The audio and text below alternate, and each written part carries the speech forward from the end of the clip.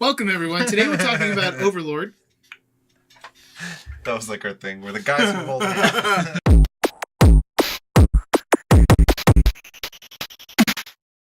Hello, welcome to a David and Frank and Beans movie review with Frank. David. And I'm Danny. There we go. Beans. Today we're talking about Overlord. The 2018 movie just came out. It's about, not zombies, I would say. It's about, like, Nazi experimentation. But I'm very strict on my use of the word zombie. yeah, you can't just be tossing it around. Yeah, don't be throwing the word zombie around willy-nilly. Yeah. Well, speaking of tossing around willy-nilly, let's toss it to Danny. What do you think, man? What's your I am impressions? Willy and I do nilly. So, what I would say is, the movie, you can't really get too much out of it. I went in knowing it was going to be about monstrous experiments, about, taking liberties with history, and it was definitely that. It was, Okay. They definitely took some liberties with history, but it is like a fun ride. I had plenty of times where it was just like, oh, and most of those parts were the war parts versus the actual monster parts. But still, it's fun parts. It didn't feel like a 2-hour, 5-minute movie. Yeah, it's pretty lengthy. The first 30 minutes of the movie, it's like amazing, as you see in the trailer when they're in the drop ship, and you get to see that they're going down. It's right before D-Day, and that whole sequence is all continuous shot while the plane is going down. And I thought it was pretty amazing. They did an amazing blend of special effects and practical effects, and the score really kind of nails it in terms of the intensity. There's a lot of stabbing, percussive orchestra instruments going on, and I think up for the first 30 minutes, it does a great job of not letting you think it's a horror movie by any means. It just looks like a really good. It definitely solid... feels like a war movie for that first act. Yeah. And it does a good job of showing the horrors of war back then. You know what I mean? Yeah. One of my favorite things, we start off with 25, 30 soldiers, and then spoiler alert, about 5 minutes later, we have about 4 of them left. It's a beautiful thing. Yeah. I mean, obviously, it's a combination of a lot of World War II movies put together and horror movies, but it was honestly just the weak characters that kind of didn't work for me. Like, not just weak, but they were just so defined. Like, especially in the company, and they were very unoriginal characters. Yeah, they're all things you'd seen before. There's definitely some stereotypes, I guess, among the character selection. Among the characters, you have little Kurt Russell. What is it? Wyatt Russell. Wyatt Russell. Yeah, Baby Kurt. He is the only one who's seen combat in this group. He's the corporal. He's the corporal, and he's been changed by war. Then you have the main character that we follow, Boyce, who is an African-American soldier, which I think is what you were getting at with there's some weird stuff, it's not 100% to history for sure. Oh, yeah. But, I don't know. I can overlook that one, I guess. That one's a little forgivable to me. Yeah, it's modern. Just for representation-wise. And obviously the movie's not going for historical accuracy. Right. But Definitely not. if it was like Saving Private Ryan, I think that'd be more of an unforgivable kind of... Yeah, because segregation was still a thing. Yeah, segregation was still a thing. Platoons were not together, and you know what I mean? Yeah, and even the captain of the platoon is African-American. Exactly. Which nowadays also would be looks totally like normal, a cheap Dave Chappelle. He did look like... we were all like... refer to that actor as not Dave Chappelle. Yeah. So then we have the French girl character who is very reminiscent of the girl from Inglourious Bastards. To a T, almost. Then you have the one soldier who's like the wisecracking Italian guy. Yeah. The token... Yeah. Wisecracking so hard. Wisecracking at every opportunity.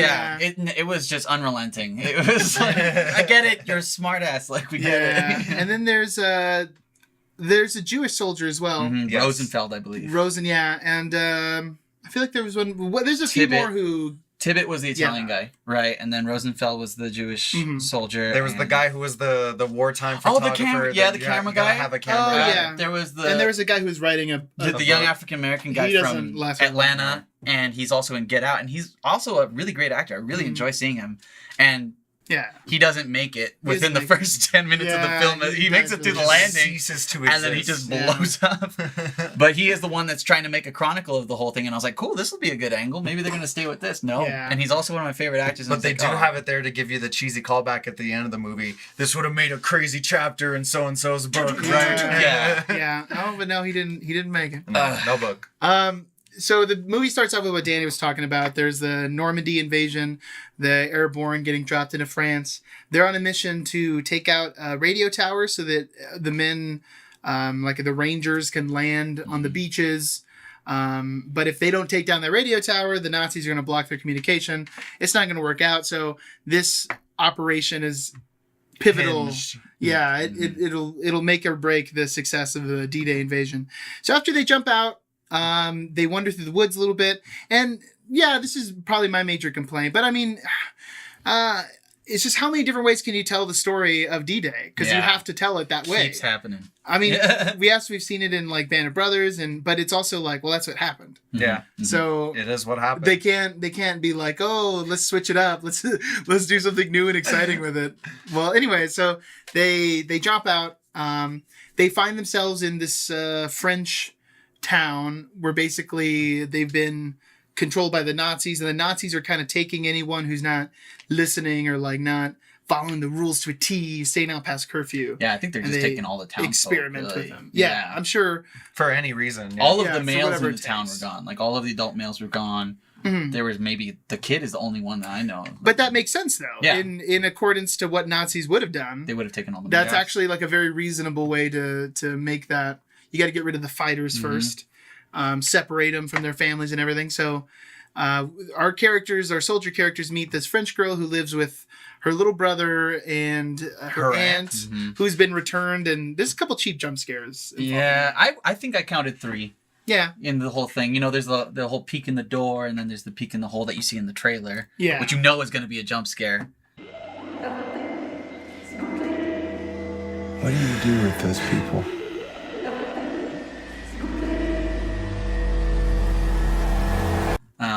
Personally, I just hate jump scares. I don't mind the They're door so one as cheap. much. I think the whole one is really bad. Yeah. The whole I was one like, is oh, bad. no. Like that's been seen in so many movies. And Yeah. it's Because just- you even get like the audio jump scare cue, like, oh, get ready, here it comes. Ooh, I got you. take a little page out of James Wan's book. Yeah. Yeah. Like I think the horror aspect, I'm also a huge horror nerd and I watch a lot of it, and I think it was a good gross out movie. Like it definitely had awesome special effects with it. There's one scene that you can see in the trailer too with some lady being kept alive just by her spinal cord. She has no body. That was pretty cool. Talking and begging for help. Very cool. Probably the coolest part of him stumbling through the lab voice.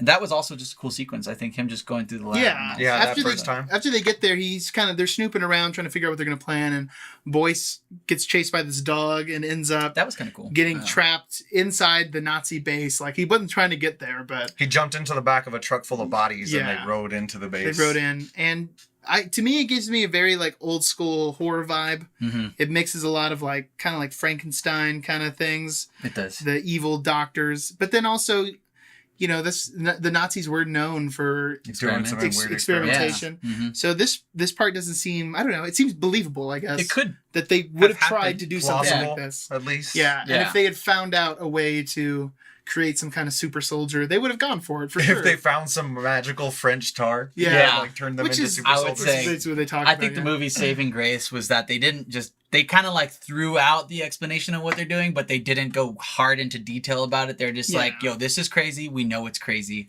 That's just what we're doing. Which is what you should do, yeah. Yeah, you don't need to go deep If into you try it. and explain the whole thing, you're like, rage-filled monkeys, Yeah, what? like if they were trying to like say, oh, they're like obeying this ritualistic god Yeah. or something like that, it's like, okay, we know this movie's about Nazi zombies. Let's That's just true. Although, you know what, I'd argue with you, man. I think you could still have a good movie that way. Because you also know that Hitler's crazy about, like, religious artifacts. true in the Yeah, occult. true. Yeah, Like, It still would have we been a found plausible this. script.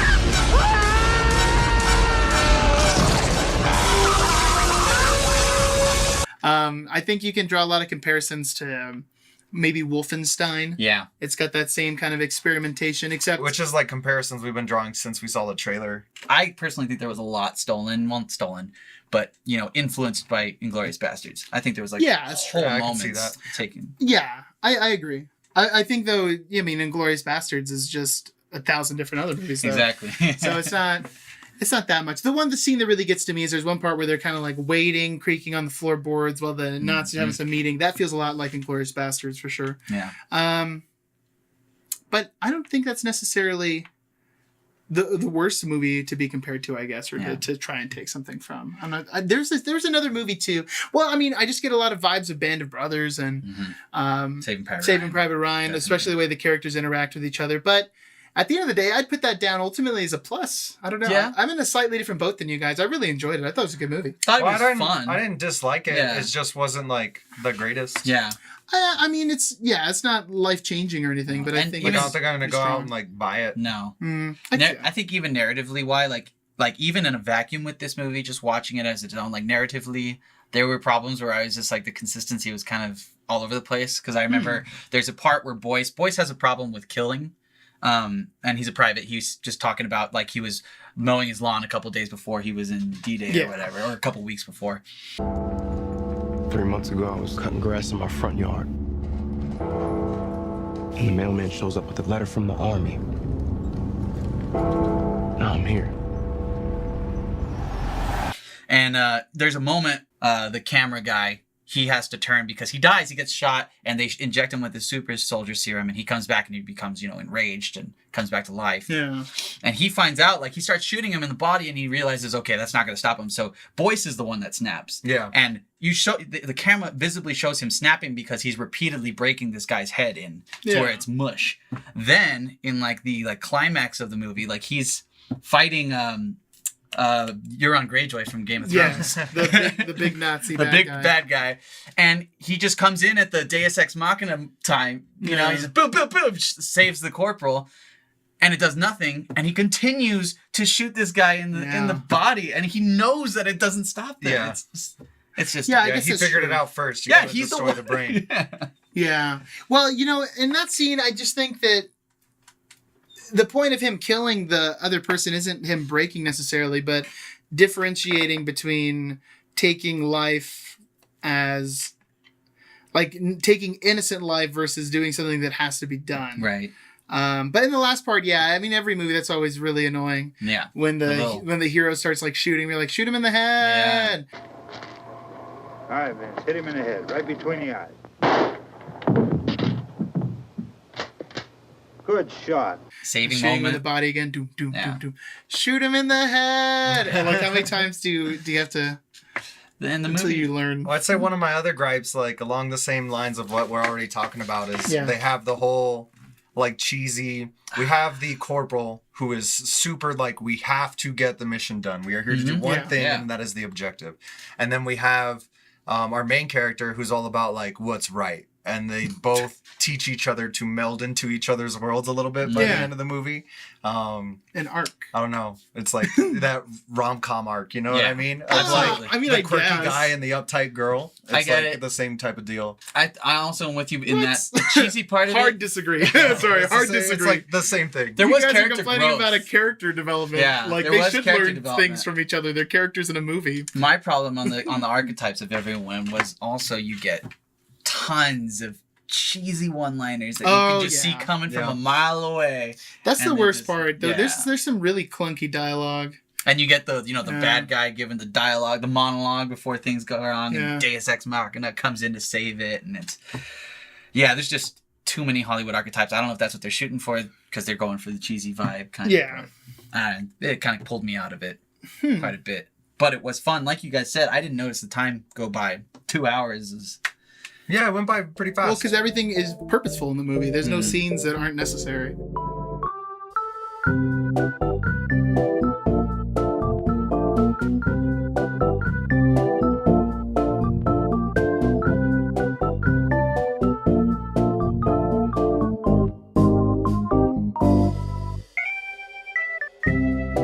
That's true. Yeah. Everything serves its plot going forward. Personally, I wanted to see the zombie kid at the end of it because I thought that'd be great. But I'd say overall for me, no rewatch value. I'm not gonna watch it again. It was fun. It was a one-time thing. Yeah. I saw how it all went down. That's That was interesting. it. I would watch it again. I really enjoyed it. I think it's a mix between like kind of like an 80s sci-fi, or maybe even before that, like 60s sci-fi. There's a lot of parts that remind me of The Thing. Yeah. I think of okay. it as like The Yeah. Thing mixed with like spaghetti western cowboy like definitely had army movies, like a John. touch of spaghetti to it. It's like Yeah. John Wayne, like World War II movies that came out, Yeah. mixed with The Thing from outer space. That's the kind of vibe I got. But Yeah. I enjoyed it. I don't know. It's not the best. It's not run out and and shout it from the rooftops. But I would say I think it's worth watching in the theaters, if nothing, for the very beginning. The surround sound in the theater in the morning. I mean, in the beginning part of the movie, it's incredible. It's crazy. You can hear everything around you. It's like really like a cacophony of words. I mean, words and Great word choice. sounds. Thanks. And but it's really incredible. Like you really feel like the plane's going down. And, yeah. There's a lot of super parts, intense. and I wouldn't even count them as jump scares because it's all like the war parts of the movie. But there were tons of times where everybody in the theater was like jumping back in their seats, like, "Oh my god, that guy doesn't have a head anymore." Yeah, those are great. Hey,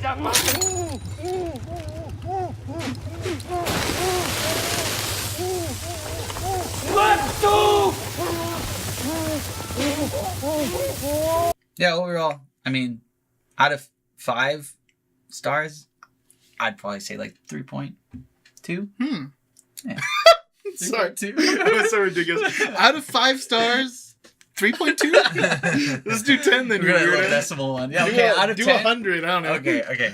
If we're calling out of 10, Out of 10, say 7.658. round it down.